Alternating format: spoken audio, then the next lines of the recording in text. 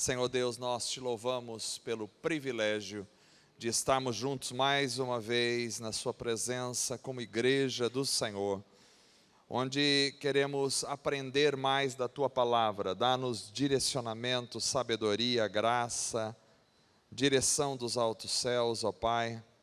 Dá-nos, Senhor, a ministração segundo a tua vontade, e que a tua palavra, ó Deus, possa entrar em nosso coração, cair como uma semente boa, cai numa terra boa, que ela possa germinar e produzir frutos para a glória do Senhor. Abençoe o coração dos irmãos, abençoe todos que estão aqui, ó Pai, e aqueles também que vão acompanhar depois, Senhor, na filmagem. Que tudo seja para a glória, para a honra, para o louvor e para a exaltação unicamente do nome do Senhor Jesus, o nosso Salvador. Em nome de Jesus, amém. Podem assentar. Fica bom eu falando aqui embaixo, precisa ir para cima, daí de trás, não tem problema. Tá legal? Ótimo. Então, muito bem. Eu agradeço primeiro aí a confiança, o amor, o carinho dos irmãos em me chamar, e a coragem, né, de me chamar para falar sempre de uns temas. Não é por nada não, eles colocam sempre a bomba na minha mão, os temas mais complexos, mais difíceis, e eu fico orando ao Senhor e vou perdendo mais cabelo. Vocês podem ver que toda vez que eu venho aqui tem um pouco a menos de cabelo. Estou orando para Deus fazer nascer cabelo. Mas Colossenses capítulo 2, esse é o nosso texto, do verso de número 16. Bom, vocês já estão acompanhando as aulas, que estão fazendo o curso. Eu peço perdão por não estar com vocês nas aulas, não é por outro motivo a não ser que nós temos uma reunião de oração toda quinta-feira à noite lá, então fica ruim, difícil para eu ficar vindo e deixar os irmãos lá, né? Eles ficam contando lá com a presença do pastor, que não muda nada também, mas eles ficam contando com a presença do pastor. Então, por isso que eu tenho que ficar lá com os irmãos e não posso estar, mas meu coração também está aqui com vocês. Eu me sinto muito à vontade aqui, muito feliz de estar com vocês. Muito bem, então eu vou tentar ir passando aqui, porque eu me atrapalho tudo, que negócio de passar e ler, e passar e olhar e falar, mas vai lá. Então seria Colossenses capítulo 2, verso 16 até o verso número 23. Eu intitulei essa aula, A Suficiência de Cristo. Bom, já é o segundo título, eu tinha dado um título, depois já mudei o título, e até o final dessa aula a gente muda de novo o título, A Suficiência de Cristo, que a palavra de Deus é tão rica, tão maravilhosa, né? Então, como é que eu acho que vai funcionar essa aula? Então, eu fiz um esqueminha da aula para a gente ir passando por ele. Vocês vão ver que tem algumas coisas um pouco mais complexas, mas tem várias repetições, então assim, vai dar para a gente fixar alguma coisa devido à quantidade de repetições. Então, o esquema da aula: primeiro vamos fazer uma leitura do texto, né? Depois nós vamos explicar os termos e fazer uma nova tradução, né? Não vou ficar tanto com essa tradução que está aí, e a tradução que eu vou usar é a tradução de João Ferreira de Almeida, revista e corrigida. Depois uma explicação do contexto cultural, religioso, são 69 slides, até às 5 da manhã a gente sai daqui, e depois uma aplicação no contexto do próprio livro, e aí finalmente as lições, que eu não sei se vai dar tempo de chegar. O Marcelo disse que quando der 9 horas ele vai embora. Ninguém pode sair antes, senão não será abençoado, certo? Então vamos lá para a leitura. Aí tem que voltar aqui, isso. Vamos fazer uma leitura do texto, então, que nós vamos falar. Diz assim a palavra do Senhor, a partir do verso do número 16, está lá para vocês na tela, é da revista corrigida, fiel. Diz assim, fiel fica mais bonito, né, quando a gente fala: portanto, ninguém vos julgue pelo comer ou pelo beber, ou por causa dos dias de festa, ou da lua nova, ou dos sábados. Ninguém pode usar esse versículo aqui para encher a cara de bebida, certo? Ninguém vos julgue pelo beber, então não é isso que ele está dizendo. Que são sombras das coisas futuras, mas o corpo é de Cristo. Ninguém vos domine a seu bel prazer, com pretexto de humildade e culto dos anjos, envolvendo-se em coisas que não viu, estando de balde inchado na sua carnal compreensão, e não ligado à cabeça, da qual todo o corpo, provido e organizado pelas juntas e ligaduras, vai crescendo em aumento de Deus.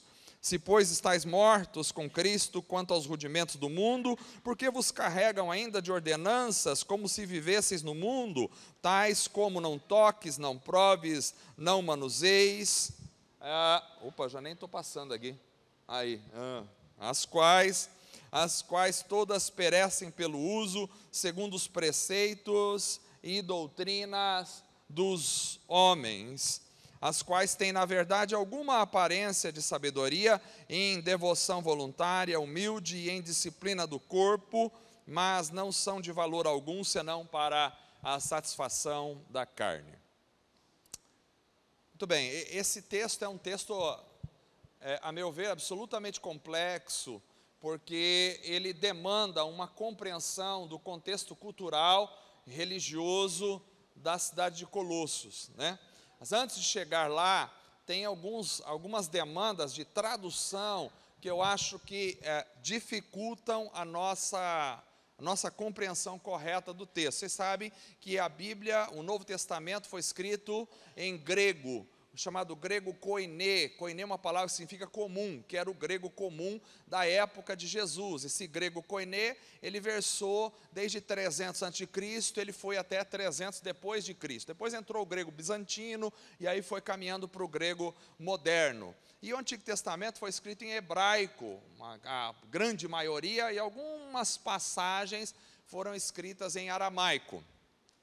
Então, o problema de tradução é que quando se traduz, primeiro nós temos problema de quantidade de manuscritos, né? Só do Novo Testamento nós temos mais de 5.500 manuscritos descobertos. E, às vezes, na comparação dos manuscritos, tem alguma diferencinha. Então, uma tradução opta por um manuscrito, outra opta por outro. Outra questão da tradução é que quando você traduz, você não tem uma equivalência absolutamente igual de uma língua para outra. Então, tem palavras em uma língua que você tem 4, 5, 6, 7, 8 significados, na outra língua, e aí você tem que optar, e quando você opta, você fez a sua escolha, você já colocou a sua interpretação na tradução, ou seja, não há tradução sem interpretação do tradutor. Por isso que a gente tenta, né, aprender os originais. Então, eu fiz uma tradução.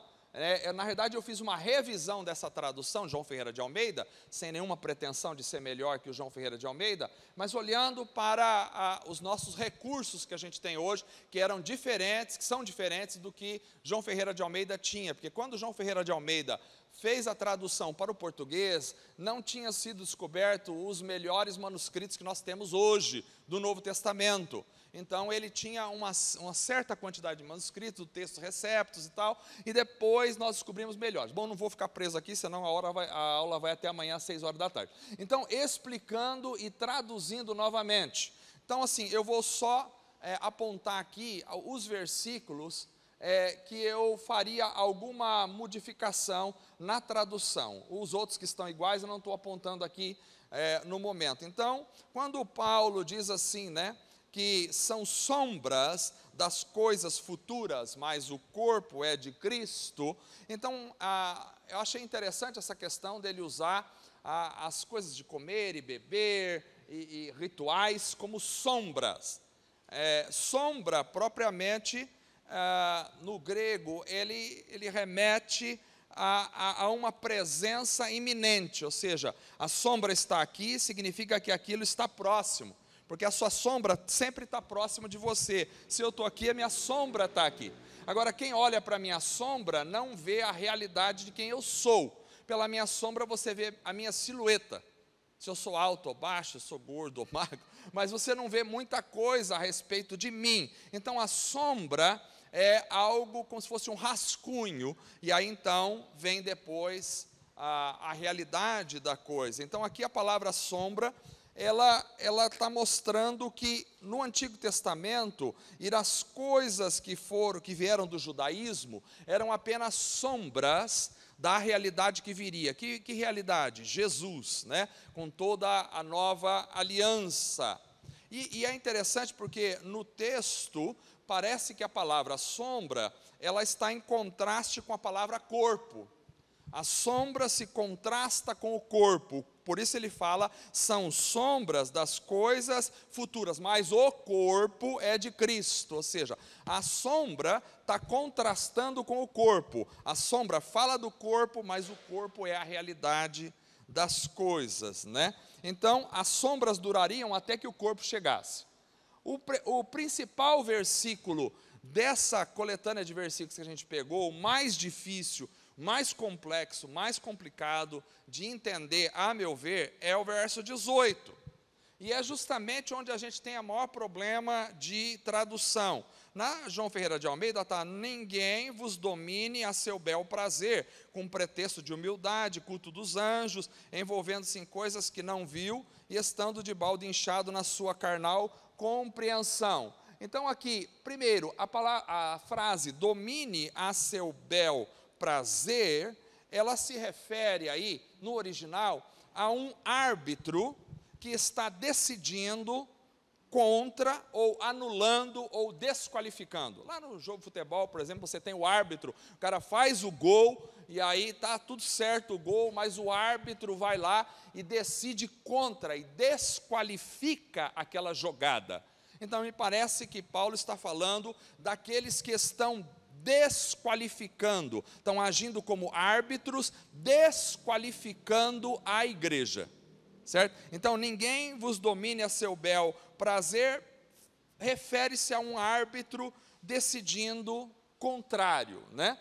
A outra questão desse mesmo verso é a frase culto dos anjos. A frase culto dos anjos, ela, no original grego, ela não é clara, e ela não precisa necessariamente ser traduzida culto dos anjos. Ela pode ser traduzida, por exemplo, invocação de anjos. Pode ser uma invocação. Porque quando a gente fala de culto, a gente está pensando no quê? Um sistema de adoração, de louvor. Então, culto dos anjos, na nossa cabeça, às vezes fica a ideia de que está lá um anjo, eles estão lá adorando Miguel, ou estão cantando para Miguel, ou estão fazendo uma espécie de sacrifício para Miguel, ou eles estão com Miguel. Não é bem isso que o texto está dizendo no original, ou seja, poderia estar relacionado com isso, mas ele tem outras peculiaridades que são muito importantes, e nós vamos notar isso mais para frente. Então, invocação de anjos talvez seria uma tradução mais correta do texto. E depois, quando está falando assim, olha, envolvendo-se, a frase envolvendo-se aí não é simplesmente envolvendo-se. É uma palavra do grego que é utilizada nas religiões de mistério para a iniciação. Ou seja, quando alguém é iniciado em uma nova religião, ou quando alguém na sua religião é iniciado numa fase mais profunda. Então, talvez iniciação seria a tradução melhor, sendo iniciado. E tem a última coisa do mesmo versículo, que é, não é a última ainda, a palavra não, no texto do João Ferreira de Almeida, tem uma palavra não existe no original. Então, eu não sei por que ele inseriu esse não aí, se ele pegou de algum manuscrito lá, mas não tem no original, não tem a palavra não. E aí, por último, então, a carnal compreensão pode ser traduzido por mente carnal. E já eu vou dar uma tradução, como é que ficaria aí nesse verso 18, na minha interpretação. E aí tem o verso 20, se pois estáis mortos com Cristo, quanto aos rudimentos do mundo, porque vos carregam ainda de ordenanças, como se vivesseis no mundo tais como. Então, assim, quanto aos rudimentos do mundo, uma melhor tradução, a meu ver, seria separado dos rudimentos do mundo. Então, se estáis mortos com Cristo, separados dos rudimentos do mundo, então, por que eles vos carregam? Quer dizer, está morto, parece que dá uma outra conotação. Ele está querendo dizer que você está separado. Então, como é que ficaria, a meu ver, uma boa tradução, não que a de João Ferreira de Almeida não seja boa, mas uma tradução que a gente entendesse melhor, talvez. Então, eu vou ler novamente aqui, vou ler aqui para não perder aqui os slides. Portanto, ninguém vos julgue pelo comer, pelo beber, ou por causa dos dias de festa, ou da lua nova, ou dos sábados, que são sombra das coisas futuras, mas o corpo é de Cristo. Lembrando que esse sombra está contrastando com o corpo. E aí o verso 18, que é o mais complexo: ninguém os desqualifique como um árbitro, com pretexto de humildade, nós vamos entrar nisso depois, em invocação de anjos, nós vamos entrar nisso depois, e em coisas que tem visto sendo iniciado, estando debalde inchado na sua mente carnal, e não ligado à cabeça, do qual todo o corpo, provido e organizado pelas juntas e ligaduras, vai crescendo em aumento de Deus. Se, pois, estáis mortos com Cristo, separados dos rudimentos do mundo, porque vos carregam ainda de ordenanças, como se vivesseis no mundo, tais como não toques, não proves, não manuseis, as quais coisas todas perecem pelo uso, segundo os preceitos e doutrinas dos homens, segundo os preceitos, as quais têm, na verdade, alguma aparência de sabedoria, em devoção voluntária, humildade, em disciplina do corpo, mas não são de valor algum, senão para a satisfação da mente carnal ou da carne. Muito bem, não se preocupe com as traduções, depois vai ter aí para vocês, se quiserem, tem aqui a apostila, posso passar, e eu vou voltar sempre na tradução de João Ferreira de Almeida, porque é a que mais a maioria das pessoas tem, e a gente trabalhar a partir daí. Então, assim, lendo esse texto dessa forma, me parece que fica muito abstrato, não dá para entender o que realmente o apóstolo Paulo, pelo menos eu, lendo assim, não consigo entender o que realmente o apóstolo Paulo está querendo dizer com isso, sem estudar algo que é muito importante para entender as Escrituras, que é o contexto. A gente diz em hermenêutica assim: se você tira um texto do contexto, você cria um pretexto para uma heresia. Então, para entender um texto, precisa de um contexto. Por exemplo, se você está escrevendo uma carta para alguém, você fala assim: olha, depois da pandemia do Covid-19, aí alguém vai ler essa carta daqui a 200 anos, se ele não entender o contexto do que foi a pandemia, do que foi o Covid-19, ele não vai entender o que você estava querendo dizer. Então, o contexto é absolutamente importante, principalmente que nós estamos falando de um lugar que não é no nosso continente, e nós estamos falando de um tempo que está muito distante do nosso tempo, mais de 2000 anos, 2000 anos praticamente de diferença do nosso tempo, com um povo que vivia completamente diferente de nós, com outros conteúdos culturais, religiosos. Então eu preciso responder ou explicar um pouco o contexto cultural e religioso. Antes disso, vamos para a geografia. Será que dá para ver a localização geográfica? Onde que era Colossos? Estão falando da igreja de Colossos. Então, essa parte aí, Colossos, ali tem Éfeso, Mileto. Colossos fica naquela região que hoje é a nossa atual Turquia. Turquia, aqui também é chamado de Ásia Menor. Ásia Menor, então vocês estão vendo lá circulado, Colossos, é onde hoje é a nossa atual Turquia. Esse é um mapa um pouquinho mais amplo da chamada Anatólia. Naquela época se chamava Anatólia, essa região toda que hoje compreende a nossa Turquia aí. Em algumas regiões específicas dentro desse contexto aí, nós temos Lídia, nós temos Frígia e outros nomes que hoje a gente não usa mais, mas naquela época eles usavam. Bom, quando você olhar para isso, você vai lembrar que Colossos está aí dentro daquilo que a gente chama de Turquia. Se você olhar o mapa, né, aqui nós temos essa parte cor-de-rosa ali, que está da União Soviética, mas já não existe mais União Soviética, é a Rússia, né? Então, abaixo da Rússia ali, do cor-de-rosa, você tem o Mar Negro, e ali você tem a Turquia, e você tem Chipre aqui, que é aqui, Chipre. Então, aqui, mais ou menos por aqui, nós estávamos em Colosso. Aí, do outro lado ali, você já vai ver a Bulgária, blá, blá, blá, a Grécia ali embaixo, e aí você vai se localizar em relação àquilo. De que lugar nós estamos falando? Nós estamos falando desse lugar, onde é a atual Turquia, ali, naquela parte, perto de Chipre ali. É ali que ficavam as 7 igrejas do Apocalipse, e ali que ficava a igreja de Colossos, estava ali, ótimo. Então, perguntas a serem respondidas: qual era o contexto religioso, cultural de Colossos? Qual que era o contexto? Essa é uma pergunta que a gente precisa responder para poder entender o texto. Depois, a que Paulo se refere com comer, beber, dia de festa e sábado. O que ele está querendo dizer com isso, dentro desse contexto? Ou mais, o que significa a palavra humildade? Porque Paulo está usando a palavra humildade aí num aspecto negativo. E a gente sabe que humildade é algo positivo, mas por que ele está usando a palavra humildade? Ninguém domine vocês com pretexto de humildade. Por que ele está falando disso? O que significa essa humildade? E essa veneração de anjo, o que era isso? Eles adoravam os anjos? O que eles faziam? O que existia em relação ao mundo dos anjos naquela época? Depois, o que significa a palavra filosofia, que não está nesse texto, mas está no verso 8, e tem tudo a ver com essa realidade. O que era? Eu acho que vocês já estudaram a palavra filosofia aí, eu vou dar uma pincelada, né? O que significa a palavra filosofia? O que Paulo quis dizer com envolvendo-se em coisas que não viu. A palavra não está no original, quer dizer, sendo iniciado em coisas que viu. Essa é a tradução melhor, certo? O que ele quis dizer com isso?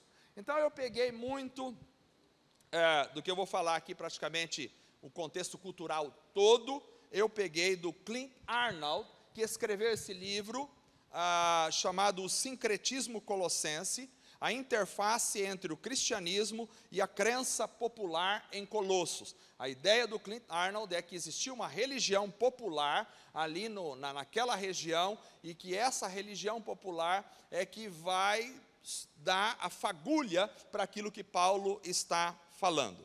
Então, agora vamos para o contexto, né, o sincretismo. Aqui está o nome do livro. Então, agora vamos para o contexto religioso e cultural de Colossos. Bom, aqui tem uma série de informações. Se ficar muito chato, você levanta a mão e fala: tá chato, eu pulo umas 5, 6 linhas e a gente vai, tá bom? Estão comigo aí? Está todo mundo prestando atenção? Murilo está com o caderno anotando?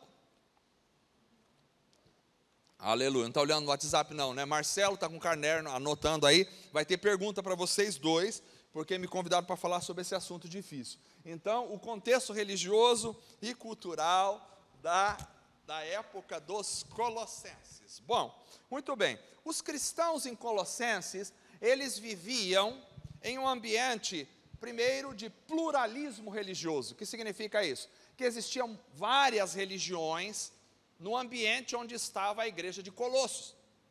Então, não era uma única religião, não era o catolicismo lá, não era o budismo, eram várias religiões.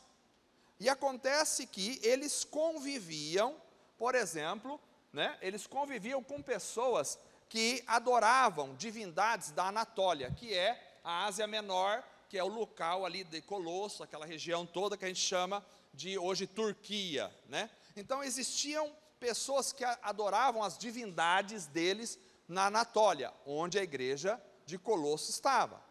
Fora isso, eles conviviam com pessoas que adoravam divindades persas, divindades gregas, divindades romanas e divindades egípcias. Olha a miscelânea que nós temos aí de religiosidade naquela época. E naquela época, o sentimento religioso era muito forte, a religião dominava todas as concepções quase humanas. Além disso, ainda tinha, de quebra, os judeus que serviam a um único Deus e se colocavam debaixo da Torá, que é a lei do Senhor.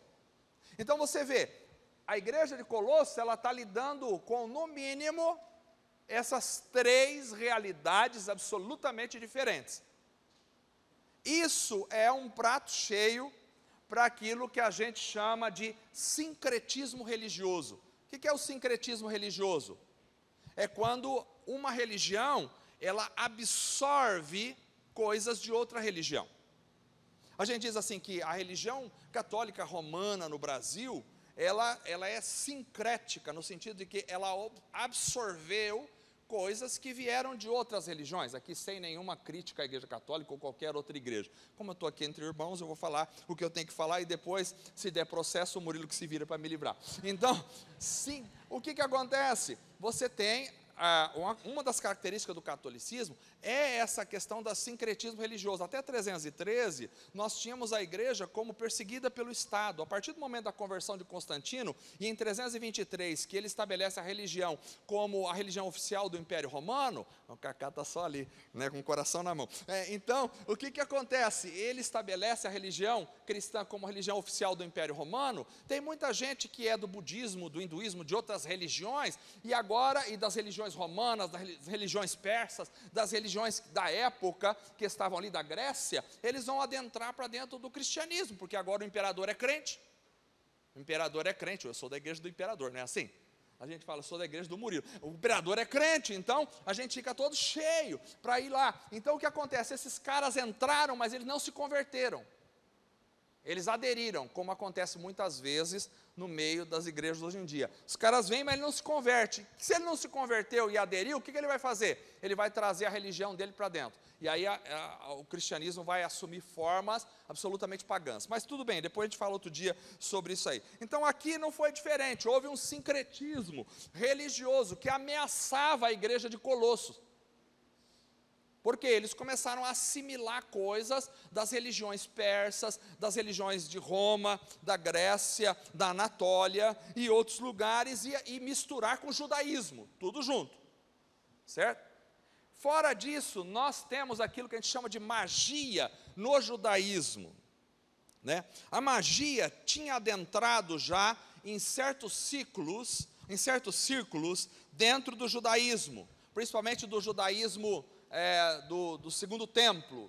A gente chama de judaísmo do segundo templo, aquele judaísmo que acontece a partir da reconstrução do templo, do segundo templo com Zorobabel. Nós estamos ali no século 6 a.C., e esse judaísmo vai até o ano 70 depois de Cristo, quando destrói o segundo templo. Então nessa época surgiu um monte de coisa nova no judaísmo. Por exemplo, no Antigo Testamento você não vai ver fariseu, saduceu, você não vai ver essênios no Antigo Testamento.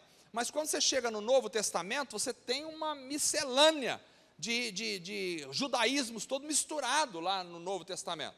Então, nessa época, começa a se tornar muito forte a magia. E o que eu entendo por magia? Magia não é aquele cara que vai lá no circo lá e tira um coelho da cartola. Não é esse tipo de magia.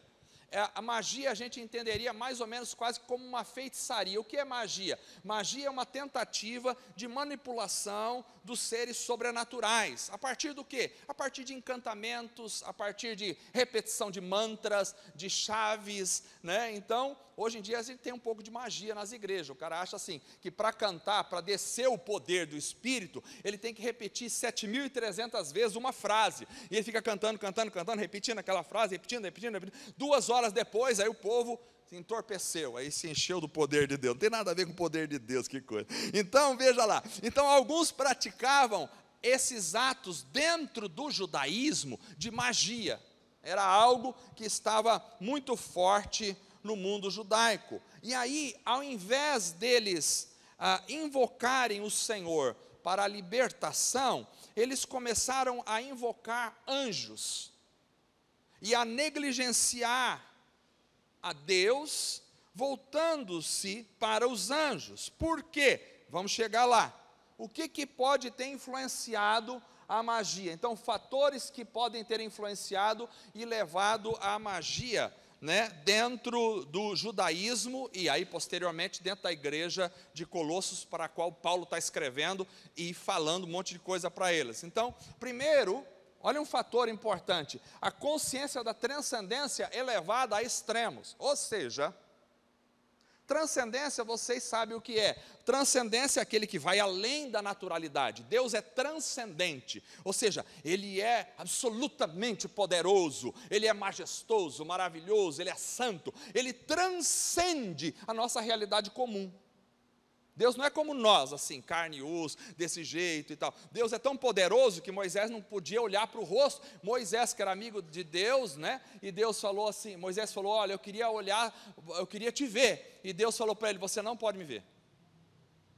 Deus teve que negar isso a Moisés, que o dia que você me vê, você morre. Então a transcendência de Deus.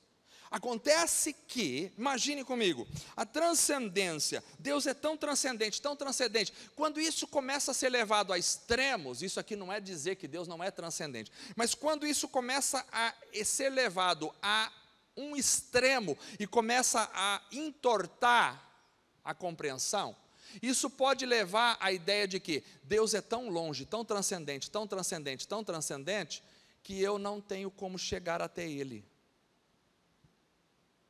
E é verdade, nós não teríamos como chegar até Ele, mas não posso esquecer de Jesus, porque Jesus é a ponte, ninguém veio ao Pai a não ser por mim. Então quando Jesus entrou, nós chegamos até Ele, porque Ele rasgou o véu, de alto a baixo. Mas na consciência judaica, como eles não aceitaram Jesus, então o que acontece? Deus é tão transcendente,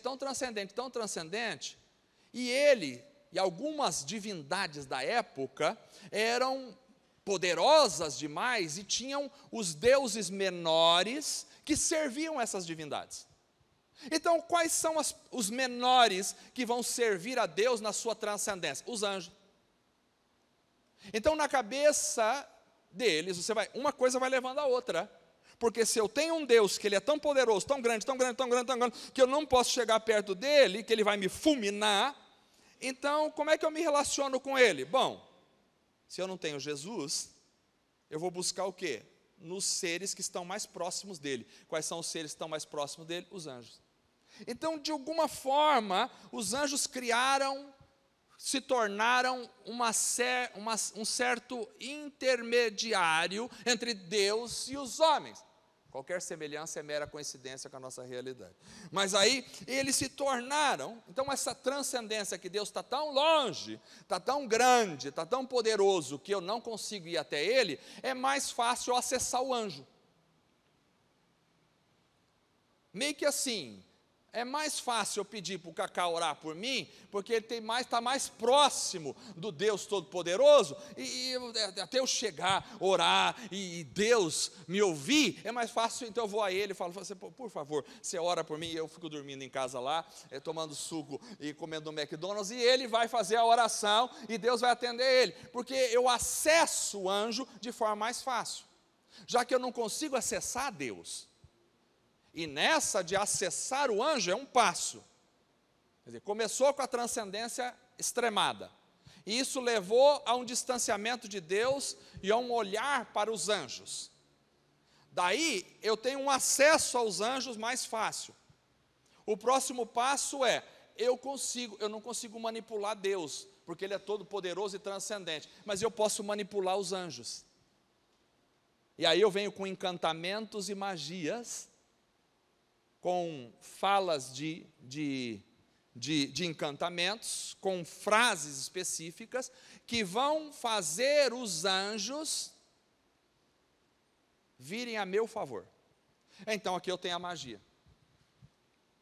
Essa magia já acontecia em outras religiões, mas aí o judaísmo, e nós temos textos de magia do judaísmo da época, e o judaísmo vai começar a assimilar esse tipo de coisa. Outra coisa que levou à magia é o medo de poderes malévolos. Por quê? Porque eles estavam conscientes de que havia poderes malignos e que haviam anjos malignos. E como é que eu luto com esses anjos? Se você tem Jesus, você está tudo de bem. Mas se você não tem Jesus, o judaísmo começa a desenvolver uma certa manipulação mágica nos anjos bons para lutarem a favor deles em relação aos anjos maus. E aí eles podem buscar, por exemplo, Daniel, que orou 21 dias e o anjo veio para trazer a resposta, e Satanás segurou o anjo lá e teve que vir o outro anjo para lutar com ele. Então, uma luta angelical. Então, eu acesso o anjo, eu preciso desse ritual mágico para lidar com esse anjo, para conseguir aquilo que eu quero. Então, na forma antiga, né, a magia judaica parece bastante semelhante à magia pagã, né? Então aí como que se dava essa magia, né? A principal diferença entre os judeus e os pagãos da época é que geralmente os anjos judeus eram substituídos por divindades pagãs e seus intermediários. Então aí os judeus usavam técnicas para a proteção contra espíritos malignos, por isso eles usavam a magia, né? Eles usavam a magia para buscar revelação dos anjos sobre o futuro, porque eles queriam saber do futuro, e como às vezes os anjos traziam para os profetas mensagens sobre o futuro, então eles queriam saber sobre o futuro, eles não estão acessando Deus, eles acessam os anjos. E aí eles começam, e aqui é a chave para nós entendermos Colossenses capítulo 2, verso 18, porque Paulo está falando da invocação de anjos, eles começam então a invocar os anjos para ajudar em todas as questões da vida cotidiana. Ou seja, eles precisam de sucesso financeiro em seus empreendimentos, eles invocam os anjos, porque os anjos vêm para ajudar. Eles querem encontrar um bom parceiro, uma boa amante, eles invocam os anjos. Eles querem amaldiçoar um inimigo deles, eles invocam os anjos para fazer isso. Então isso se tornou uma prática comum ali em Colossos, a invocação de anjos. Veja bem, eles não estão adorando os anjos, eles estão chamando os anjos, invocando, orando para os anjos, para que os anjos os ajudem nas tarefas comuns do dia a dia. O que acontece com isso? Acontece um deslocamento da relação com Deus para os anjos, porque agora Deus vai ficar escanteado, já que a relação deles passa a ser... Você vê como é que Satanás trabalha de forma muito sutil, começa com uma coisa, não, Deus é transcendente, totalmente outro, maravilhoso, grande, lá, ótimo. Por isso, não é fácil você chegar a Ele, mas tem um caminho mais fácil. Então ele vai trabalhando, e qual é o final disso? Separar o homem de Deus. Então ele desloca a atenção do judeu de Deus, Criador, Senhor do universo, ele desloca para o anjo. Quer dizer, ele não está negando que existe Deus, ele não está negando que existe anjos, ele não está negando que você pode ser abençoado, ele só diz para você, você pode pegar um outro caminho. E parece espiritual, e parece bonito, mas é uma estratégia maligna para que isso aconteça. Eu tenho 49 páginas, só está na 6. Muito bem, então, pontos de convergência com as práticas mágicas em Colossos, vamos lá. Então, tinha alguns pontos de convergência. Então, os anjos, sendo mais acessíveis, eles vão acessar os anjos, certo? Essa é a ideia que está ali, e que aí vai começar a vir para dentro da igreja. Então, nos textos judaicos, em comparação com os oponentes em Colossos, nós encontramos alguns pontos de convergência. Por exemplo, regulamento de pureza com proibições rigorosas. Por isso, talvez Paulo está falando no texto aí, que aqueles homens estavam enganando os irmãos com não toque, não coma, não faça isso. Porque existia nessa consciência da mágica, da magia, para você ter sucesso na sua mágica, você tem que colocar sobre a sua vida algumas regras alimentares, porque os alimentos vão separar você dos anjos. Então existiam esses regulamentos de pureza com proibições rigorosas. Outra questão é o conhecimento. Ou seja, o conhecimento aqui não é o conhecimento das Escrituras, mas é o conhecimento sobrenatural, reservado para os iniciados na religião. Porque nem tudo que se fala de conhecimento, nós estamos falando daquele conhecimento maravilhoso de conhecer a Deus. Às vezes, o conhecimento que a Bíblia está criticando aí, é um conhecimento que na consciência deles estava reservado. Por exemplo, tem uma religião de mistério. Nós temos religiões de mistério, né? No Brasil, várias, no mundo inteiro nós temos religiões de mistério, né? Os mormons são uma das religiões de mistério, por exemplo, né? Você não consegue acessar o templo mormon lá nos Estados Unidos, em Utah, chegar lá e acessar. Porque alguns lugares do templo mórmon é reservado somente para os iniciados, aqueles que aprofundaram na religião, e que é muito interessante estudar os mórmons, qualquer dia podemos falar sobre. E aí você vai acessar, porque você adquiriu um certo conhecimento. Então, nisso aqui, naquela época existiam as religiões de mistério, que eles precisavam ser iniciados nessa religião, para você acessar um certo tipo de conhecimento que te tornava poderoso. Então aqui nós temos essa prática comum, por isso Paulo fala do conhecimento ali, né? Além disso, nós temos uma preocupação com os poderes malignos, que estava nas práticas das religiões, e estava também no judaísmo e no cristianismo. Depois, nós temos os judeus frequentemente se engajando na magia reveladora, porque muitos profetas do passado eram videntes que trouxeram revelações do futuro. Então os judeus tinham esse fascínio pelas coisas do futuro, das revelações sobrenaturais. Então isso foi uma porta para o inimigo entrar com essa questão da magia. Porque as religiões de mistério vinham dizer, não, vocês têm que ser iniciados nesse tipo de coisa para você ter uma revelação futura, e o anjo pode trazer essa revelação. Depois a gente tem a questão da humildade, porque Paulo está criticando a humildade no texto que vocês leram aí, só que a humildade aqui que Paulo está criticando, era não a humildade em Cristo, mas era uma certa humildade aparente, para fazer você sucessor, ou ter sucesso na magia. Então era um outro tipo de humildade, que vamos falar um pouquinho mais para frente, e também está falando da sabedoria. Mas não era a sabedoria que nós lemos lá na Bíblia, que esse é o sabedoria, aquele que teme a Deus. Não é esse tipo de sabedoria, é uma sabedoria esotérica, e eles pegavam Salomão, na tradição salomônica, para dizer que Salomão teve uma certa sabedoria celestial, e que essa sabedoria celestial, esotérica, estava à disposição dos iniciados. Eles diziam até que Salomão era quem sabia administrar os anjos e controlar os demônios. Então você vê que a mágica era muito forte nessa época. Então a evidência das inscrições judaicas da época que nós temos, não aponta para um culto organizado no qual os anjos eram adorados, não é adoração de anjos, como eles adoravam o Senhor. Não era assim. Os nossos textos que nós temos da época apontam para um tipo específico de veneração de anjos, ou seja, uma invocação, uma oração feita a eles para um auxílio na vida prática. O propósito dessas invocações era, em grande parte, aquilo que a gente chama de apotropaico, ou seja, era invocação para a proteção daqueles problemas que nós vamos ter no dia a dia. Então invocava o anjo para o anjo guardar você, para o anjo, qualquer semelhança é mera coincidência. Então invocava o anjo no dia a dia, porque nós não somos autorizados por Deus a orar para anjos. Os anjos são espíritos ministradores a nosso serviço, mas quem lhes dá a ordem não somos nós, é Deus.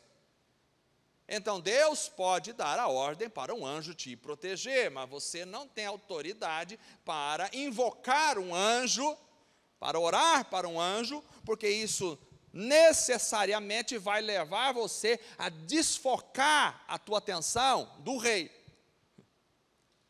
E o homem está sempre tentando terceirizar. Por quê? Porque entrar no Santo dos Santos é muita responsabilidade. Sem Jesus é impossível. E com Jesus a gente está ali e deveríamos ter a noção de que o véu foi rasgado, aleluia, do alto a baixo, e nós temos acesso direto, mas geralmente a gente não gosta muito, às vezes, desse acesso direto, a gente acaba terceirizando, vai por mim. É mais ou menos igual o filho que quer falar com o pai e manda a mãe falar. Vai lá e pede para o pai, que o pai às vezes tem uma figura um pouco mais... É aquele que diz assim, não quero falar com o pastor, mas vai no presbítero, para o presbítero, o diácono chegar no presbítero. Então a gente terceiriza as coisas, é isso que está acontecendo aqui. Então essas invocações eram para que os anjos pudessem, de alguma forma, proteger eles, proteger suas propriedades, né, afastar os anjos maus, e até mesmo proteger os túmulos, porque tinham ladrões de túmulos. Então nisso, Paulo vai chamar de veneração de anjos. Veneração de anjos. Por isso, o texto diz no verso 18, agora nós vamos aplicar cada parte desse verso, 18, que é absolutamente complexo, então ninguém vos domine a seu bel prazer, quer dizer, ninguém haja como um árbitro, lá né, vimos a outra tradução, ninguém haja como um árbitro desqualificando vocês com pretexto de humildade. Que humildade é essa? Nós vamos ver aqui daqui a pouco. Essa humildade está falando de uma certa pretensa humildade que vai levar a pessoa a ter poderes mágicos, e de culto dos anjos, que não é culto dos anjos, não fica bom aí, porque não dá para entender direito, porque culto para nós está relacionado com adoração, e aqui não era adoração, mas é uma certa invocação de anjos, com a invocação de anjos, ali envolvendo-se em coisas que não viu, também está errado, que é você sendo iniciado em coisas que você vê lá, iniciado numa certa religião, certo? Estando de balde inchado na sua carnal compreensão. E aí Paulo vai dizer que esses caras tudo aí são carnais, porque estão inchados, estão orgulhosos, com o pensamento de que eles têm um conhecimento mais elevado, espiritual, da situação, e estão desviando o povo. Então muitos traduzem culto do anjo, mas a palavra usada no original tem um sentido mais amplo, variando em significado, desde a atividade de culto até a piedade pessoal, envolvimento nas artes mágicas. Aqui pode até ser também, né, no envolvimento das artes mágicas dos anjos, que é a palavra no original, que ela dá esse sentido também, ou de invocação dos anjos. Talvez a melhor tradução seria veneração ou invocação dos anjos. Então, Paulo, me parece que escreve essa frase como uma frase polêmica, para de alguma forma chamar os irmãos para a consciência de que eles estavam entrando numa loucura, porque eles deveriam estar voltados para Deus, e isso estava de alguma forma arrancando eles da presença de Deus. Então, o culto aos anjos é veneração ou invocação de anjos. Então, a prática de invocar os anjos acontecia para quê? Para que, de alguma forma, eles pudessem ser abençoados na vida cotidiana, que eles tivessem sucesso na vida cotidiana, que eles fossem guardados, se fosse hoje, fosse guardado no trânsito, fosse guardado no trabalho, no dia a dia. Também para que eles tivessem uma certa revelação, porque os anjos poderiam revelar para eles coisas obscuras, coisas secretas, coisas que iriam acontecer. Então eles invocavam os anjos para ter essa revelação superior. Também para os anjos os ajudarem na vida cotidiana, a ter sucesso nos negócios, a curá-los de alguma forma, ou a vingar-se dos seus inimigos, né? Então, tudo isso está relacionado. Pode-se observar também que a maioria dos textos mágicos tem 2 ou 3 segmentos, os textos mágicos encontrados, né, tanto da Anatólia quanto do judaísmo, tem 3 elementos básicos, que ou seja, um rito a ser realizado. Então, a invocação, a partir da magia, acontecia num certo ritual. Olha, eu acho que é muito complicado, não sei, a questão da ritualística. Eu sei que nós temos certos rituais que a gente pratica na igreja, por exemplo, a Santa Ceia, que é praticada geralmente sempre do mesmo jeito. Isso é importante que seja assim, não temos que inovar. Eu cheguei numa época no seminário que os caras queriam inovar, fazer Santa Ceia com pipoca, umas coisas meio loucas. Seminarista tem parafuso às vezes também. Então, o que acontece? Mas a ritualística, ela é importante, sim, desde que o rito não assuma um lugar que não é dele. Porque quando o ritual se torna o sagrado, o rito em si se torna sagrado, se você mexer 1 milímetro para cá, as pessoas apontam. Não vai ter a bênção de Deus. Então, por exemplo, na época o pessoal falava assim, né? O vinho da Santa Ceia tem que ser de tal marca, porque ou tem que ser feito por os irmãos da tal lugar lá, porque se for comprado no mercado, a gente pega O pão da Santa Ceia tem que ser sem fermento, porque se for com fermento, né? E depois que a gente faz com o pão da Santa Ceia que sobra, meu Deus, come ou enterra, ou queima, Então o ritual, a ritualística, ela assume às vezes um lugar que não é dela. Porque o pão da Santa Ceia, Jesus não explicou de que tipo de pão que é. Se fosse importante, ele teria explicado. O pão da Santa Ceia tem um objetivo: lembrar-nos do corpo de Jesus. Foi sacrificado na cruz. E o vinho, tem que ser com álcool, sem álcool. O vinho tem um objetivo de nos lembrar do sangue de Cristo. Então, aqui a ritualística, ela era muito rígida, porque as magias, você precisa fazer o rito da forma certa, senão não dá certo. Eu me lembro que a minha avó falava assim para mim, eu vou ter até 11 horas, né? Eu me lembro que a minha avó falava assim para mim: Everson, me ensina a fazer uma oração abençoada, para Deus me abençoar. Eu disse: mas vó, a senhora pode orar de qualquer jeito que Deus vai ouvir, é o seu coração. Mas a gente vem de um sistema religioso rígido, em que diz assim: a oração tem que ser assim: Pai nosso que estás no céu, santificado seja o teu nome, Maria seja de graça, aí a gente fica naquele ritmo. E a gente acha que se a gente repetir aquela oração, e a gente não pode errar na repetição, a gente tem que usar as mesmas palavras, para que o fogo desça, ou para que a coisa aconteça. A ritualística pegou um lugar que não é dela, entende? Quanto tempo você ora? Não, se não orar 1 hora, aí não vai acontecer. Não é isso. É claro que a nossa oração deve ser estendida, quanto mais, melhor, mas não é a ritualística. Então, aqui os elementos da magia estavam relacionados com um ritualismo a ser realizado e também uma invocação, que eles invocavam com nomes apropriados, e tinham os nomes certos para serem invocados, dos anjos que chegariam ali, e uma declaração de comando ou pedido. Então, eles ordenavam, a partir dessa ritualística, se ele fez o ritual certo, se ele usou o abracadabra certo, se ele usou a palavra. Nós temos isso na cultura popular. Você tem que ler certinho a frase, aí desperta a múmia lá, desperta não é assim no filme da múmia? Desperta lá os demônios. Então assim, porque você tem que usar aquela ritualística, né? Isso é um engano de Satanás na vida das pessoas. Então a magia foi percebida como uma garantia de resultados. E se alguém seguisse todos os detalhes da magia, e isso também dá poder para o líder, porque só o iniciado é que está de posse de todos os segredos da magia. Então você mantém o povo sempre na sua... É mais ou menos igual nós, pastores, que queremos manter o povo sempre na nossa aba. A gente inventa coisas como, eu nem sei se eu vou falar aqui, eu já vou falar também, depois aí o Cacá corrige o que tiver errado. Aí, mas assim, a gente inventa coisas, né, umas coberturas espirituais, umas coisas assim, que a gente faz com que as pessoas precisam ficar dependendo da gente. Irmão, a maior alegria de um pastor sério é quando você lê a palavra, aprende e ensina o próprio pastor. O pastor, o senhor está entendendo errado. Olha lá o que vai falar aí. Aleluia. A maior alegria de um pastor é quando você é cheio do Espírito Santo, e mais cheio que ele ainda, e fala: oh glória, vou andar com esse irmão para aprender com ele. Isso é a maior alegria. A maior alegria de um mestre é quando ele vê o aluno superando o mestre. Não é aquela coisa de ciúme, aquele ciúme tolo que as pessoas têm, né?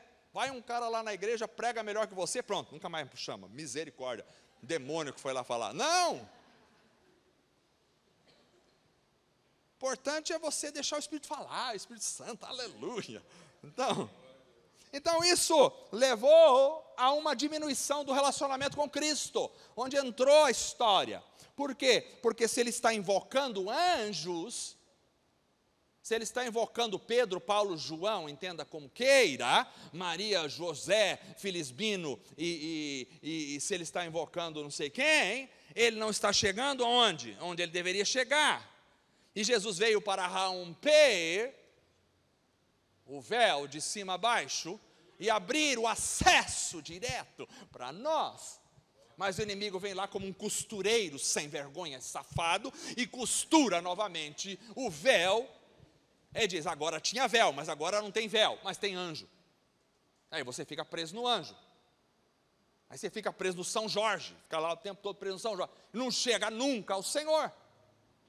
Então houve uma diminuição, né, do relacionamento com Cristo, tal como acontece com a veneração dos anjos, no judaísmo, da magia e dos encantamentos. A prática colossense envolvia uma diminuição do relacionamento com Cristo. É por isso que Paulo vai escrever Colossenses. Colossenses é maravilhoso. Você vai ver Colossenses quando eu começar a falar.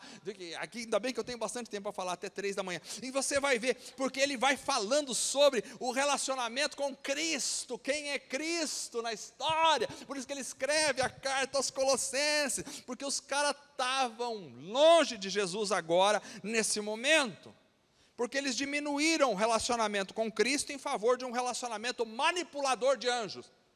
Porque se eu não consigo, o ser humano tem sempre aquele sentimento da feitiçaria.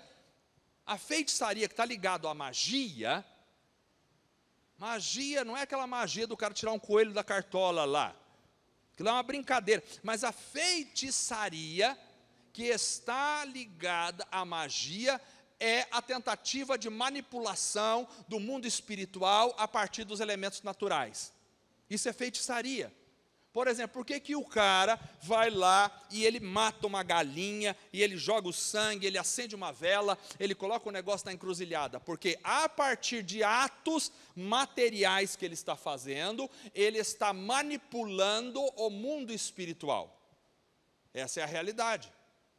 Na cabeça de quem faz. Os evangélicos pegam algumas coisinhas também, às vezes, desse negócio aí, sabe? Os evangélicos também pegam. Eles pegam, às vezes, porque eu já vi aquele negócio de ato profético, os caras aqui não tem, né? Glória a Deus. Mas então, o Tarcísio gosta de ato, brincando, né? Ato profético, o cara pega o negócio aqui, ele quebra uma coisa aqui para que no mundo espiritual isso aconteça. Não funciona assim. Isso tem uma raiz na feitiçaria. O que eu tenho que fazer para que aconteça as coisas? Quebrar o meu coração, me arrepender dos meus pecados, dobrar meu joelho e orar ao Senhor. E na hora que o Senhor quiser fazer, Ele vai fazer. E a hora que Ele fizer está bem feito, porque Ele é perfeito e eu não sou perfeito. Ele sabe a melhor hora de acontecer as coisas. As coisas não têm que acontecer a hora que eu quero, as coisas têm que acontecer a hora que Deus quer. Às vezes você quer que aconteça alguma coisa agora, e você ora, a semelhança de Saul, e não acontece. Aí você joga urim em tumim, não acontece. Aí você vai para a feiticeira de Endor, para puxar Samuel. Isso aqui já é outra coisa. Então, a diminuição do relacionamento. Então, a igreja de Colosso começa a sincretizar-se religiosamente com as religiões da época e com o judaísmo. Entre os colossenses havia um nível significativo de sincretismo religioso. Clinton Arnold fala disso. Então, o espírito lídio, frígio, Lídia e Frígia é ali onde nós vimos na Anatólia, onde é a Ásia Menor, onde é a nossa atual Turquia. Esse espírito começou a permear os cultos, em algum grau, permeou o judaísmo e depois o cristianismo. Então, nesse contexto, por exemplo, de adoração ao Deus Supremo, servido por seres intermediários, porque sabendo que Deus é supremo e servido por seres intermediários, tem uma série de repetições aqui nas minhas falas, que é para a gente guardar bem. Então, de seres intermediários, isto vai levar, de alguma forma, a essa ideia dos anjos, porque uma tradição local que incluía uma tendência para a adoração de um Deus supremo, servido por outros seres intermediários, vai influenciar o cristianismo para que os irmãos começam a orar para anjos, para que os anjos consigam chegar a Deus ou trazer alguma bênção para a vida deles. Eles têm essa crença muito forte em espíritos e poderes ameaçadores, e eles precisam dos anjos para guardar, e eles começam a invocar, então, os intermediários. É nesse contexto que um novo ensinamento começa a surgir na igreja de Colossenses. E esse novo ensinamento é chamado por Paulo de filosofia. Verso 8. Eu vou chegar lá já. Então, os líderes dessa facção vão adaptar o evangelho de Paulo a aspectos das crenças e das práticas da Frígia, da Lídia, da Ásia Menor, bem como misturado com o judaísmo. Então, a filosofia que você vai ler aí no texto, não é a filosofia de Platão, Sócrates e Aristóteles, não é essa filosofia. Tem uma outra conotação. Então eles vão defender a invocação de anjos para a proteção dos poderes hostis e vão caminhar neste ponto. E aí eu tenho a reação de Paulo. Em contraste com isso, Paulo vai escrever então o livro de Colossenses, para contrastar essa ideia, para contrapor essa ideia.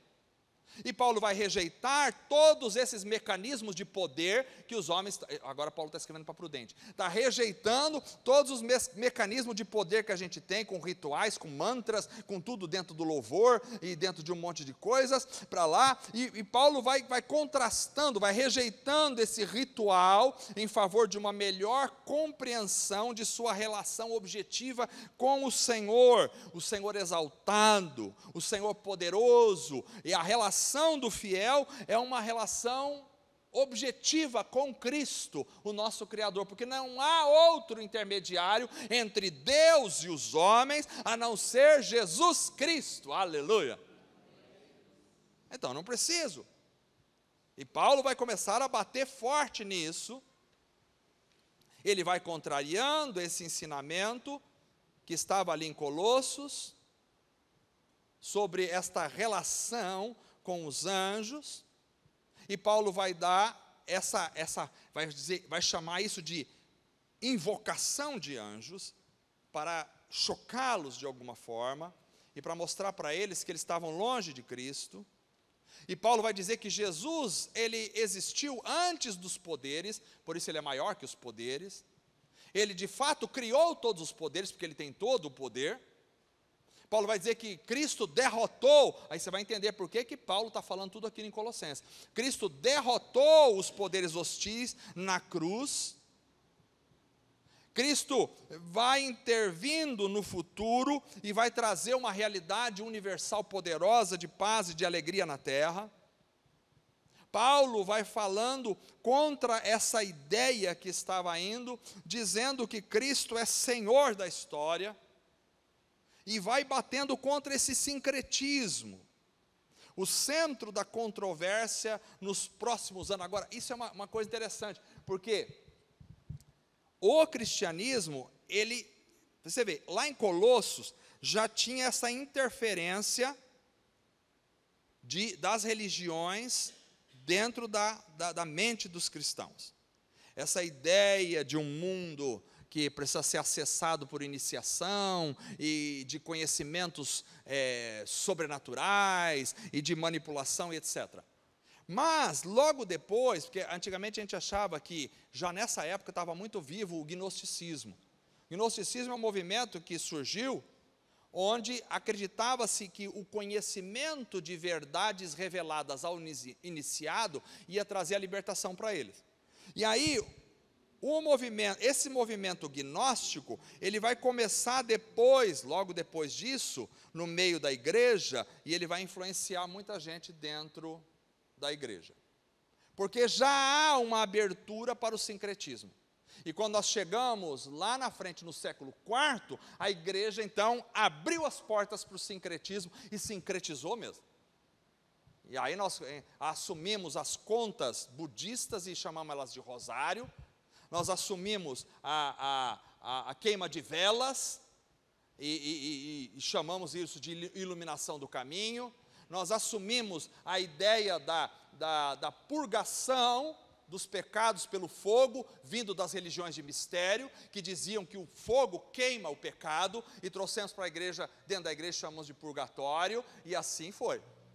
E as intermediações que antes eram dos anjos, agora passaram a ser dos apóstolos, dos pais da igreja e depois dos santos canonizados. Então sempre foi caminhando nisso aí que chegamos às heresias que nós temos hoje. Então quando Paulo fala da filosofia, e aí isso está muito explícito aqui em 2:8, ele diz assim: tende cuidado, eu sei que não é o meu texto aqui, tá, Marcelo, mas eu voltei um pouquinho, porque essa realidade da filosofia está absolutamente ligada com a invocação dos anjos. Então, tende cuidado para que ninguém vos faça presa sua por meio de filosofias. É a única vez que aparece a palavra filosofia no texto grego, a única. Se quiser ficar chique, a gente chama de Harpax Legomenon, que não precisa saber para que é. Mas é a única vez que aparece uma palavra. É essa, filosofia, está aí. Então, ninguém vos faça presa sua por meio de filosofias e vãs sutilezas, segundo a tradição dos homens, segundo os rudimentos do mundo, e não segundo Cristo. Então, o que era essa filosofia que Paulo está dizendo? Não é filosofia platônica, não é filosofia de Epiteto, nada disso aí. Então, há elementos da filosofia. Como era essa filosofia? Então, a filosofia tinha características judaicas, porque tinha a guarda do sábado, um monte de coisa que estava dentro do judaísmo, mesclado com paganismo, certo? Algumas que são distintamente, absolutamente das religiões de mistério. Então, essa filosofia era composta de características judaicas, olha a mescla, olha a mistura, com paganismo, com magia, ou seja, a invocação dos anjos era uma das práticas que essa filosofia ensinava, e também outras tradições religiosas que existiam na época. Então, a filosofia colossense representa uma combinação da crença popular frígia da Ásia Menor, do judaísmo popular e do cristianismo. Então, o que era a filosofia que Paulo está dizendo lá? Era um aglomerado de crenças do judaísmo, crenças das religiões da Ásia Menor e junto com o cristianismo. Misturou tudo e deu filosofia. É essa filosofia, não tem nada a ver com o curso de filosofia que o pessoal faz aí. Então, para a gente entender os termos claramente dentro do contexto. E quando Paulo fala de humildade, vou aplicar aqui novamente ao texto, quando ele fala de humildade, então ninguém vos domine a seu bel prazer, né? Ou seja, ninguém seja um árbitro desqualificando vocês, com pretexto de humildade. Então, humildade, o que Paulo está contrapondo aqui, não é a humildade cristã, mas me parece que é aquele desfile de humildade falsa e equivocada, ou seja, uma certa auto-humilhação, que imagina que Deus é tão santo que Ele só é acessível pela mediação angélica. Então, dá uma aparência de humildade, quando diz assim, mas você vai direto a Deus? Você acha que você tem direito de chegar diante do soberano, o todo-poderoso? Não, eu sou mais humilde, eu vou pelos anjos. Então, essa humildade é uma humildade doentia, é mais ou menos aquela coisa assim, que assim, mas você tem certeza da salvação? Isso é muita petulância. Eu não, eu acho que eu vou ser salvo. Não dá a impressão de humildade isso? A gente pode chamar de falta de fé também, mas assim, dá essa impressão. Então, às vezes, essas humildades que surgem com pretextos de afastar a pessoa da divindade, é o que Paulo está combatendo aqui, aparentemente, é isso. E aí você tem, eu vou chegar na conclusão já e depois entrar no que eu quero entrar ali, tem mais ainda coisinha, peraí. Aí a iniciação. Então, aquele texto, novamente, olha lá, ninguém seja um árbitro desqualificando vocês, porque os da religião de mistério, e principalmente os cristãos que tinham entrado nessa roubada, desqualificavam os outros. Por quê? Porque diziam, olha, nós somos humildes, vocês estão pensando que vocês são o quê?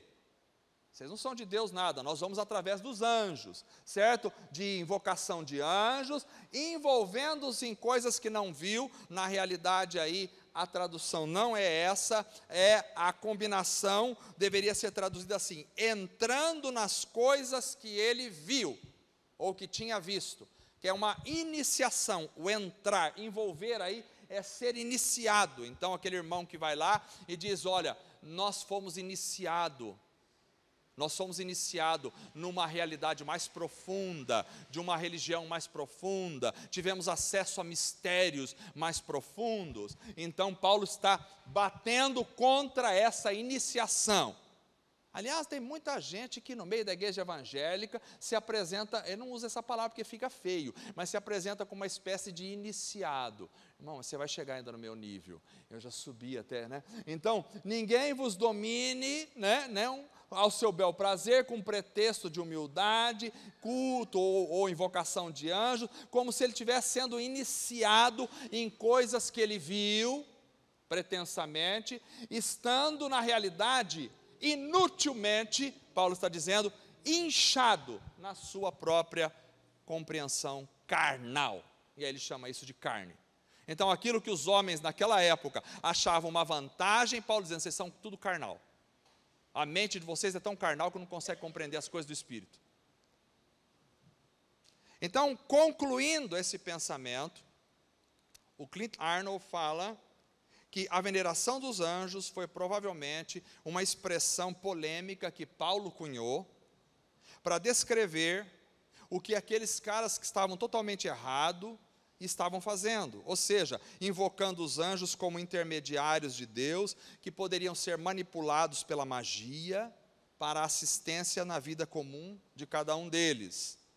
E por isso, então, essa invocação dos anjos, esse estudioso vê como um elemento chave na religião popular, porque um problema é que a religião, às vezes, ela se apropria da crendice popular e isso sobe aos dogmas. Um exemplo disso, por exemplo, foi, eu estava no seminário, uma época, eu li um livro que chamava 4 Visões do Inferno. Então, cada teólogo estava defendendo uma visão. E um dos teólogos era católico, e ele defendia o purgatório. Eu estou parecendo que eu estou contra o catecismo hoje, não é isso? Mas assim, um deles era católico. E ele diz assim, aquele teólogo muito inteligente, cultíssimo, e ele escreveu assim, que o purgatório não partiu da cúpula para o povo, o processo foi inverso. Ou seja, o povo, nas suas crendices, começou a acreditar que quando morria não estava perfeito ainda para ir para o céu, ficava num espaço de tempo, e ali ficava purgando, ficava queimando no fogo ali, para purificar, para depois ir para o céu. O povo começou a acreditar isso, e quando o povo começou a acreditar, e começou a falar sobre essas coisas, a cúpula da igreja pegou aquela crendice popular, trouxe para cima e assumiu como dogma. E aí começou a ensinar. Então, assim, às vezes a prática do povo, que ouve tudo quanto é lixo na internet, às vezes besteira, aí começa com práticas erradas, aí o pastor se vê obrigado a assumir aquilo como uma doutrina da igreja, porque todo mundo já está fazendo mesmo. Então, tem um monte de coisa para falar. Não. Então, aí essa invocação. Então, Paulo via essa prática como um perigo para a saúde da igreja, porque, na realidade, diminuía a pessoa de Cristo e o papel de Cristo na igreja. Então, o principal problema de tudo isso é que ele está tirando o centro, que é Jesus, e colocando os anjos. Porque a ação do fiel, a oração do fiel, os olhos do fiel, a mente do fiel estão ligadas no anjo e não em Jesus. E esta é a estratégia do diabo que vem desde aquela época e anterior a isso com relação ao Pai e depois do Novo Testamento com relação ao Filho até os nossos dias. Porque o tema da igreja é Jesus. O centro da igreja é Jesus. O centro do louvor é Jesus. O centro da pregação é Jesus. O centro do coração do pastor é Jesus. O centro do coração dos irmãos tem que ser Jesus. Se tirar de Jesus e colocar no pastor, e colocar no louvor, e colocar na mensagem, e colocar no templo, e colocar em qualquer outra coisa, nós estamos caindo no mesmo erro que Colossenses. E por isso Paulo agora vai escrever a epístola aos Colossenses, e aí nós vamos ver essa carta maravilhosa, e aqui eu quero fazer uma aplicação dentro da carta toda. O Marcelo já olhou até com uma cara feia, uma carta toda, para chegar onde nós estamos chegando. Por isso é o contexto da carta, porque aí você vai entender o porquê que Paulo está escrevendo essa carta. O centro, o coração está ali, no verso 18, ali está o problema. Então, no capítulo 1, do verso 14 em diante, Paulo começa a descrever Cristo, porque ele vai combater aquela heresia. Então ele está descrevendo Cristo. Quem é Cristo? No capítulo 1, verso 14 em diante, ele vai dizer que Cristo é o nosso Redentor, que nos redimiu pelo seu sangue, que Cristo é a imagem do Deus invisível, que Cristo é o primogênito de toda a criação, que Cristo é o Criador de tudo, porque tudo é dele, por ele e para ele. Então é Cristo o Senhor, que Cristo é antes de tudo, antes de todas as coisas. Isso lhe dá a primazia de tudo, que Cristo sustenta tudo pelo seu poder, e tudo subsiste por Cristo. Ele vai dizer que Cristo é a cabeça do corpo, que é a igreja. Ele vai dizer que Cristo é o primogênito dentre os mortos, para que em tudo tenha preeminência em primeiro lugar. Quer dizer, o primeiro lugar não é dos anjos, é de Cristo. Ele vai dizer que em Cristo habitou toda a plenitude da divindade, ou seja, o Cristo é Deus, e nós não temos que olhar para os anjos, a plenitude estava em Cristo, e que Cristo fez a paz pelo seu sangue, e reconciliou todas as coisas. Então nós estamos reconciliados a partir de Cristo. Por isso nós não precisamos de intermediários, nós já estamos reconciliados, que Cristo reconciliou também a nós, que éramos inimigos, estranhos, pelas nossas obras más, e Cristo já nos reconciliou com Ele, e nos reconciliou para nos apresentar a Deus, não aos anjos, a Deus, santos, irrepreensíveis e inculpáveis, porque Cristo é a esperança da glória, porque Cristo é aquele que nos aperfeiçoa. Então tudo está em Cristo. E aí ele vai para o capítulo 2, e no capítulo 2, então, ele vai dizer que aquele em quem estão escondidos todos os tesouros da sabedoria, não é aquela sabedoria daqueles iniciados lá, sabedoria mágica, mas todos os tesouros da sabedoria e da ciência estão onde? Em Cristo, aleluia. Não dá vontade de fazer aquela dancinha? Em Cristo, aleluia, em quem deve estar a nossa fé, e é só nele que está a nossa fé, não é nos anjos que está a nossa fé. Ele está dizendo quem nós recebemos e que também andamos nele, ou seja, nós não andamos em coisas minhas, nós andamos em Cristo, é nele que andamos, em quem estamos arraigados, ou seja, é como se nós fôssemos uma árvore com raízes, uma planta que fincou as suas raízes, mas nós somos fincados em quem as nossas raízes? Não é na igreja, é em Cristo que nós estamos fincados e sobreedificados e confirmados na fé. E ele continua no verso 2, no capítulo 2, dizendo que em Cristo habita corporalmente toda a plenitude da divindade. Não sobrou para nada, não sobrou para anjo, não sobrou para ninguém, está tudo em Cristo. E em Cristo ele diz, nós já somos perfeitos, nós somos perfeitos. Não venha com falsa humildade, dizendo, olha, eu não posso chegar lá, eu tenho que ir. Não, nós já somos perfeitos em Cristo, porque Cristo é a cabeça de todo o principado e toda a potestade. Ele é a autoridade sobre qualquer principado e potestade. Não temos que preocupar com os demônios, com nada disso, não precisamos de chamar anjo para lutar contra demônios, nada disso, porque nós temos Cristo, nós estamos em Cristo, e Cristo é a cabeça de todo poder. Nenhum poder sobrou nada para esses anjos, para esses demônios, caíram tudo por terra, são todos miseráveis, não serve para nada, porque Cristo tem todo o poder, Ele é a cabeça de todo o principado e potestade, e nele nós estamos circuncidados, com a circuncisão não feita por mãos, no despojo do corpo, dos pecados da carne, mas pela circuncisão de Cristo. Ou seja, lembra que as filosofias falavam das práticas judaicas, de circuncisão e outras coisas? Ele diz, nós não precisamos circuncidar, porque nós já somos circuncidados, ressuscitados em Cristo. Se nós estamos em Cristo, nós morremos com Cristo, nós ressuscitamos com Cristo. Então com Cristo nós fomos sepultados com Ele no batismo, nós morremos para esse século em Cristo, mas Paulo diz também: nele ressuscitamos pela fé no poder de Deus que ressuscitou Cristo dentre os mortos. Ou seja, nós estamos tão ligados a Cristo que quando Cristo morreu na cruz do Calvário, nós morremos com Ele. Por isso Paulo diz: sou crucificado com Cristo. Mas quando Cristo ressuscitou, nós ressuscitamos com Ele. Por isso Paulo diz: nós ressuscitamos com Cristo. Quando Cristo ascendeu aos céus, nós subimos com Ele e estamos sentados nas regiões celestiais em Cristo Jesus. Aleluia!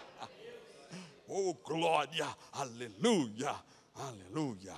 Pode fazer figurinha, eu vou continuar falando aleluia.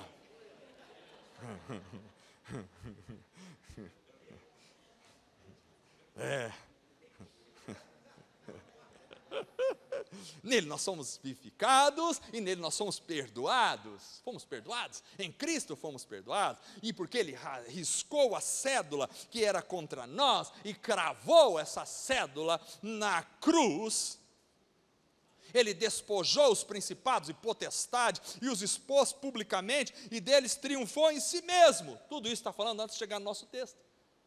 Sim, Ele triunfou. Vocês estão preocupados com o quê? Chamando Miguel para lutar contra demônios? Miguel tem a sua função que Deus vai lhe mandar e que nós nem sabemos o que é. E quando Deus manda, Ele faz e ponto final. Mas eu não preciso chamar Miguel porque estou ligado à cabeça que é Cristo. E Cristo pisou, triunfou sobre os principados e potestades, expôs eles publicamente. Foram expostos à vergonha na cruz do Calvário, foram envergonhados, foram pisados, e a Bíblia diz que em breve, muito em breve, o Senhor esmagará Satanás embaixo dos pés da igreja, aleluia, porque a igreja é o corpo da qual cabeça é Cristo. Em breve, não precisa ficar chamando Satanás para esmagar a cabeça, porque não é agora, em breve, o Senhor já feriu a cabeça dele. Mas em breve, quando a igreja for ressuscitada, em breve, Deus esmagará Satanás debaixo dos pés da igreja. Aleluia. Então você não precisa ficar com medo dos demônios, com medo de nada. Aleluia. Depois dele falar tudo isso, aí ele chega então no verso 16. Ele diz: portanto, ninguém vos julgue pelo comer, beber, ou por causa dos dias de festa, ou da lua nova, ou dos sábados. Porque você não está mais no judaísmo. Então, se os judeus vierem falar para vocês que vocês têm que guardar o sábado, eles não precisam guardar o sábado, porque o sábado era o sinal da primeira aliança. E essa primeira aliança foi cumprida na cruz, acabou. Paulo fala que o primeiro pacto envelheceu, o segundo envelheceu o primeiro, e o que está envelhecido está perto de acabar. Então, envelheceu o pacto, acabou. Primeiro pacto, por isso eu não preciso guardar os 10 mandamentos, nem o sábado, nenhuma das leis. Então quer dizer que eu posso matar, roubar, destruir? Não. Você vai viver debaixo da unção de Cristo, do amor de Cristo Jesus. E quem ama não vai matar, não vai roubar, não vai destruir, não vai adulterar, não vai fazer nada de errado, porque ama. Não vem me dizer que o sábado foi substituído pelo domingo, que agora a gente tem que guardar o domingo, porque ninguém guarda o domingo. Se a gente tivesse que guardar o domingo, os médicos não podiam trabalhar no domingo, porque o judeu não podia trabalhar no domingo. Nós não guardamos, nós guardamos todos os dias para o Senhor, porque estamos em Cristo, Ele é o nosso descanso. O sábado representava o descanso. Qualquer dia eu não falar de adventista agora não. Então, portanto, ninguém vos julgue pelo comer, beber, ou por causa dos dias de festa, ou da nova, ou do sábado. Por quê? Porque Cristo é tudo em todos, porque Cristo já venceu, porque Cristo já pisou toda a obra do inferno, porque Cristo é Senhor, porque Cristo cumpriu, porque toda a plenitude estava nele, porque Deus, no momento da plenitude dos tempos, enviou o seu Filho. Essas coisas todas são sombra das coisas futuras, mas o corpo é de Cristo, ou seja, Paulo está dizendo, todas essas coisas de comer, beber, todas essas coisas que o judaísmo tinha estabelecido, ou que Deus estabeleceu na primeira aliança, são sombras das coisas futuras. Ora, nós tínhamos a sombra, porque não tínhamos ainda a noção da perfeição da coisa. Então nós fazíamos, e lá na antiga aliança você tinha, por exemplo, o templo, você tinha o tabernáculo, ou seja, o átrio, onde na entrada você tinha o altar do sacrifício. Esse altar do sacrifício era uma sombra do sacrifício de Cristo, porque alguém que entrasse no tabernáculo precisa passar primeiro pelo sacrifício. Ninguém entra no céu sem o sacrifício.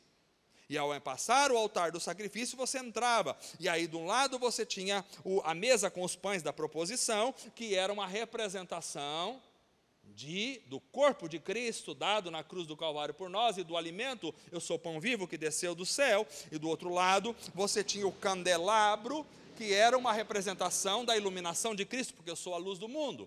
E na frente você tinha o altar de incenso, que era uma representação das orações, que Cristo é o nosso sacerdote, é o nosso intercessor, é Ele que levou tudo para o céu. E quando você entrava no Santo dos Santos, então você tinha a Arca da Aliança, que é uma representação de Cristo, porque é a presença de Deus, onde estava a Arca da Aliança. Deus ali então se fazia presente em cima da tampa da arca, que era chamado de propiciatório, aonde Deus se manifestava, era uma representação de Cristo. E dentro da Arca da Aliança, você tinha a tábua das leis, a vara de Arão que floresceu, e uma urna contendo o maná. A tábua das leis representava o concerto que foi feito no Antigo Testamento, mas representava também o novo concerto que seria feito com Cristo Jesus. A vara de Arão representava o sacerdócio de Arão, que era temporário, mas também fazia uma alusão, era uma sombra do sacerdócio eterno de Cristo Jesus. E o maná que estava lá era uma representação do maná que Deus supriu o povo no deserto, mas era uma sombra do maná que é Cristo, que desceu do céu para alimentar a nossa vida. Tudo isso era uma sombra. Agora, quando chegou a realidade, eu abandonei a sombra, porque ninguém quer casar com a sombra, todo mundo quer casar com a realidade.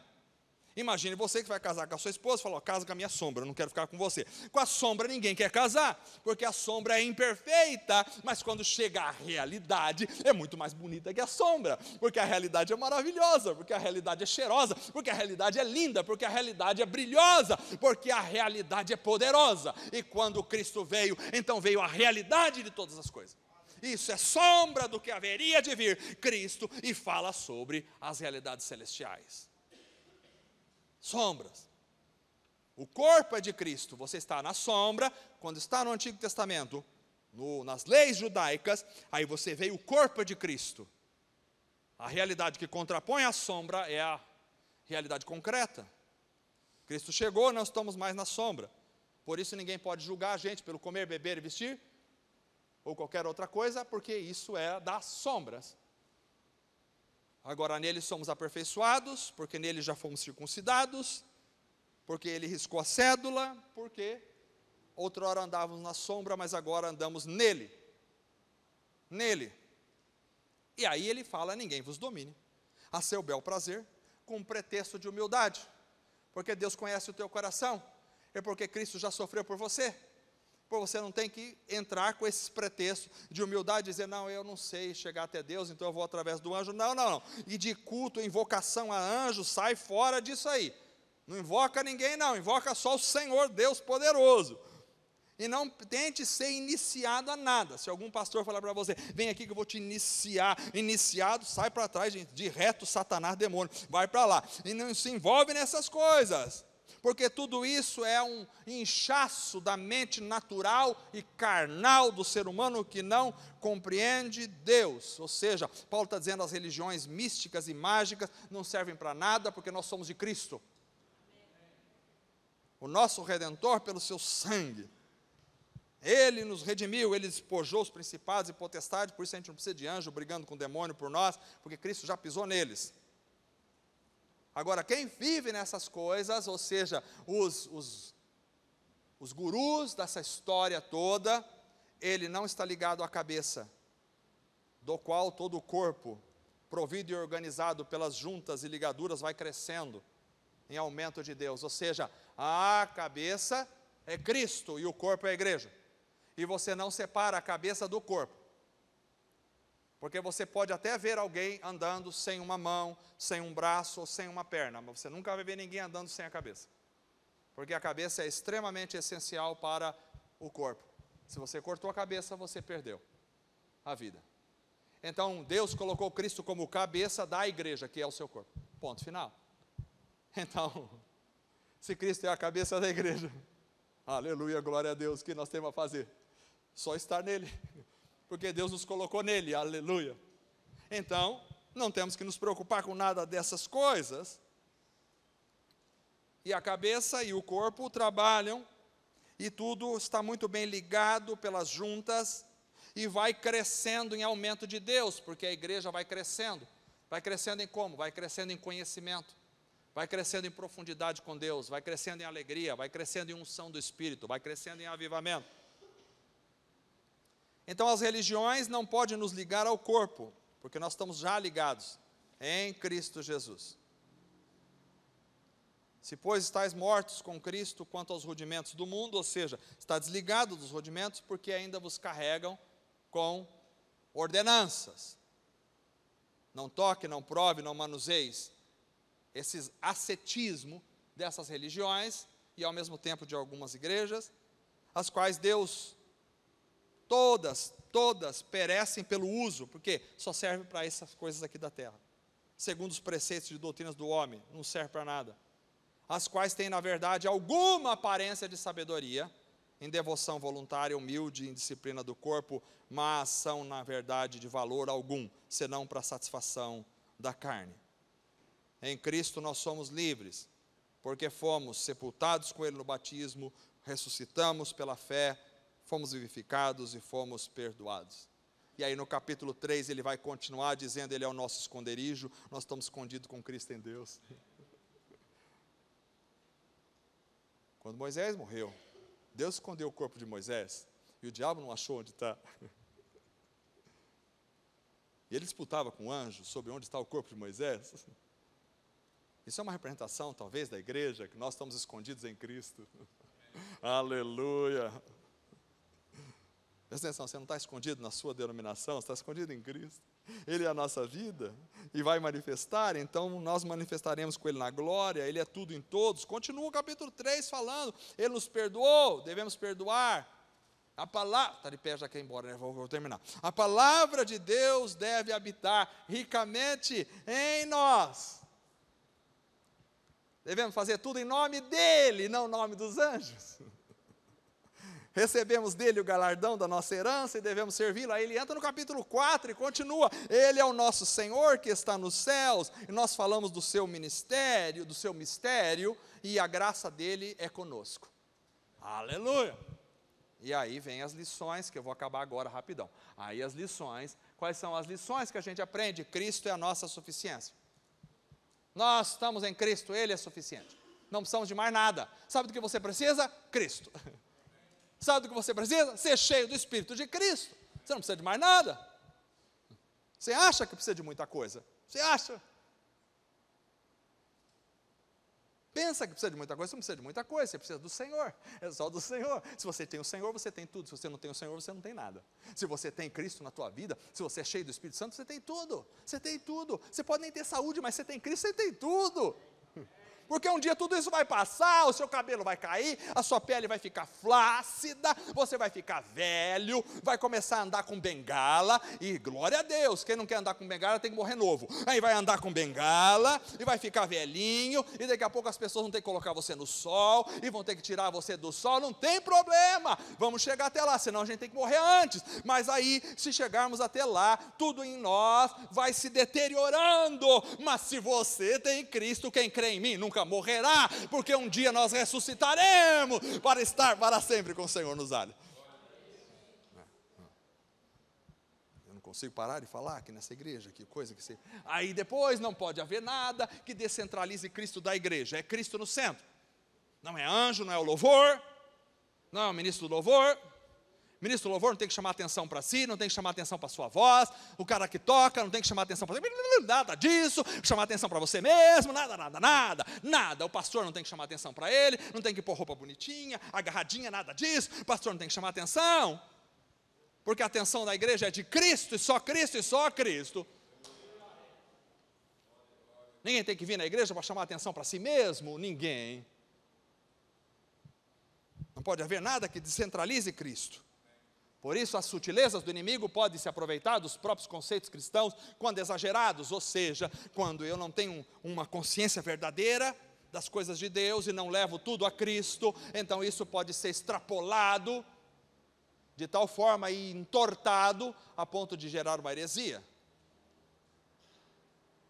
Por isso a gente tem que tomar cuidado, porque o meio em que vivemos pode ser um instrumento de infiltração na nossa vida cristã, ou seja, nós temos que nos manter fiéis à palavra.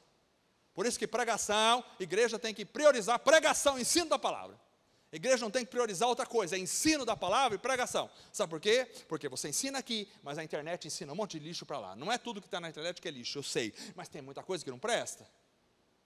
E as coisas vão infiltrando, vão infiltrando, vão infiltrando. Eu acho que se Paulo chegasse hoje, ficaria escandalizado com as nossas igrejas, de tanta coisa que a gente faz que não tem nada a ver com a Bíblia, foi infiltrando. Então temos que tomar cuidado, porque o povo gosta muito das crenças. Crença. E quando você assistir essas novelas evangélicas que tem aí, tudo bem. Não vou proibir, porque o Cacá também não vai proibir. Não vão proibir, mas quando você assistir, assista com a tua Bíblia na mão, pelo amor de Deus. Porque tem uns crentes fazendo umas perguntas para mim, que onde você viu isso aí? Não, mas não foi assim? Não. Mas eu assisti lá na novela, mas não foi. Não foi não. Tem que ler a Bíblia pela misericórdia do Senhor. Então a religião popular pode ser um instrumento de desvio da fé. E aí a gente conclui dizendo, chega dessas bobagens por aí, o que quando eu fui ter convosco, diz Paulo, não me interessei em nada mais a não ser Cristo e Ele crucificado.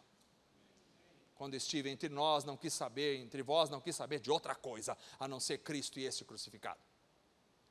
Pô, vai na igreja, fica sabendo de tanta coisa, aprende tanta bobagem, mas não aprende nada de Jesus. Se você for no culto e não pregar Jesus, saia e vá embora para sua casa, que é melhor. Porque Jesus, Ele é a razão da vida da igreja, Ele é o Senhor da igreja, e o nosso desejo é nos encontrarmos com Ele, e para sempre habitaremos com Ele. Passei 10 minutos do meu horário, perdão por toda a eternidade. Deus abençoe, vamos ficar em pé, glória a Deus, louvado seja o Senhor.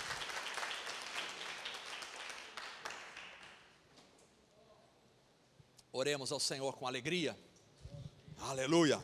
Tu és soberano, Senhor dos céus e da terra, e a tua palavra é maravilhosa, e a graça do Senhor está entre nós, e a alegria do teu Espírito nos motiva a viver cada vez mais para o Senhor, porque tu, ó Cristo amado, é o centro, tu és o centro da nossa vida, o centro do nosso coração, o centro da igreja, o centro da nossa esperança, tu és o centro da nossa salvação. Em nenhum outro há salvação a não ser em ti, Jesus, nosso Senhor amado, e nós te amamos, e te adoramos, e te exaltamos, ó Deus, que tu sejas sempre o centro de tudo aquilo que somos, fazemos e vivemos, para a glória, e para o louvor, e para a honra do teu nome somente, porque tu és digno, e não há outro, e não há nenhum outro nome dado aos homens, pelo qual devamos ser salvos, a não ser o nome de Jesus, o nosso Salvador, Redentor, aleluia, e nós te louvamos. Faz de nós, Senhor, vasos, ó Deus, cheios da tua presença. Somos vasos de barro, mas enche-nos, Senhor, com o teu ouro, que é o teu Espírito Santo maravilhoso, e traz em nossa vida uma consciência clara da ressurreição de Cristo, da salvação, da igreja do Senhor. Fortalece essa igreja, abençoe esses irmãos, traga paz, alegria, bênçãos do Senhor sobre a vida deles, e que a unção dos Espírito Santo fortaleça cada um desses corações, e que a vida da igreja esteja pulsando entre eles, e que o amor de Cristo seja muito vivo em cada coração, ó Pai. Nós te louvamos, te agradecemos, te amamos e te louvamos por tudo que nos deste, Senhor, em nome de Jesus, amém.